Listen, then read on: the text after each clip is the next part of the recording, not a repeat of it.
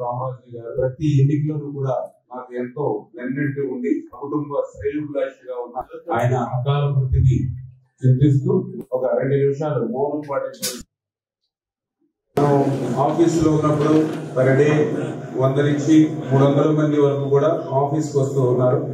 వాళ్ళకు ఉన్నటువంటి సమస్యలన్నీ కూడా మన దృష్టికి తీసుకొస్తూ ఉన్నారు.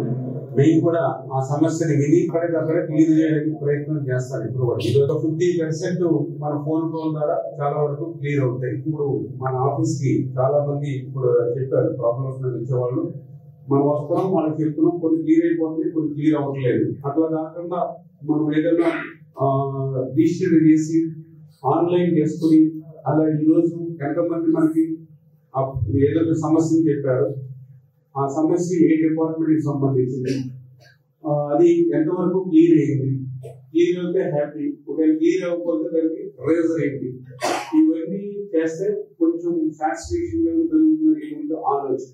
అందుకే ఇప్పుడు ఏంటంటే ఈ యాప్ ఏదైతే క్రియేట్ చేస్తారో ఈ యాప్ ద్వారా మనం ఏదైతే మీరు అప్లికేషన్ ఏదైతే వచ్చిందో అప్లికేషన్ ఆ యాప్ ద్వారా మన ఆఫీస్ లో దాన్ని రిజిస్టర్ చేస్తాము. ఇది వెంటనే డైరెక్ట్ గా ఆ మండలం, ఆ డిపార్ట్మెంట్, ఆ నోడల్ ఆఫీసర్ కూడా వాళ్ళ దగ్గరికి వెళ్తుంది. ఏ డిపార్ట్మెంట్స్ ఏంటి మన ఆన్లైన్ లో, ఏ డిపార్ట్మెంట్స్ ఎన్ని ప్రాబ్లమ్స్ వచ్చినాయి, ఎన్ని క్లియర్ అయింది, ఎన్ని పెండింగ్ లో ఉంది, ఎక్కడ క్లియర్ కాలేదు అనేది కూడా మనం కూడా వర్కౌట్ చేస్తూ మనం కూడా నేను కూడా అధికారులతో కూడా మాట్లాడడానికి అవకాశం ఉంటుందని చెప్పి ఇది మనం ఒక ప్రయోగాత్మకంగా ఒక కార్యక్రమాన్ని తీసుకుంటే పబ్లిక్ ఇంకా మన రెస్పాన్సిబిలిటీగా ఉండగలుగుతాం, సాటిస్ఫాక్షన్ లెవెల్ కూడా వాళ్ళకి పెంచగలుగుతాం అనే ఆలోచనతో దాన్ని కూడా ఈ రోజు మనం లాంచ్ చేసి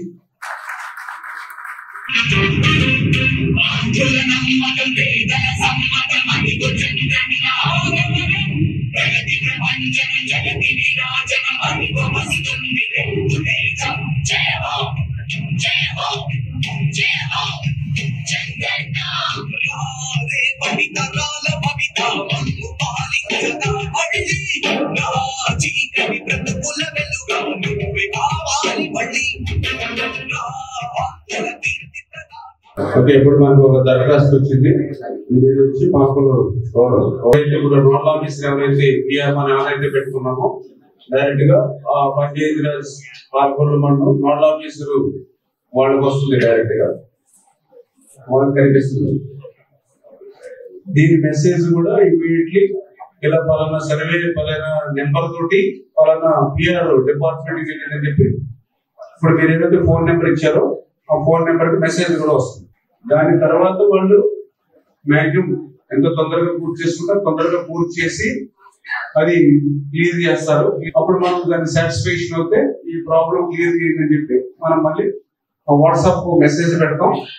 దాంతో పాటుగా వాళ్ళు ఏదైతే అడ్రస్ ఇచ్చారో ఆ అడ్రస్ కి ఒక లెటర్ కూడా పోస్ట్ చేద్దామని అనుకుంటాం. ముఖ్యంగా మన ప్రభుత్వానికి మనకి మంచి పేరు వచ్చేటువంటి విధంగా ఆ నోడల్ ఆఫీస్ కూడా బాధ్యత అంతా మీ మీద ఉంది. బాధ్యత తీసుకుని మనకి మరింత మంచి పేరు వచ్చేటువంటి విధంగా నోడల్ ఆఫీస్ వర్క్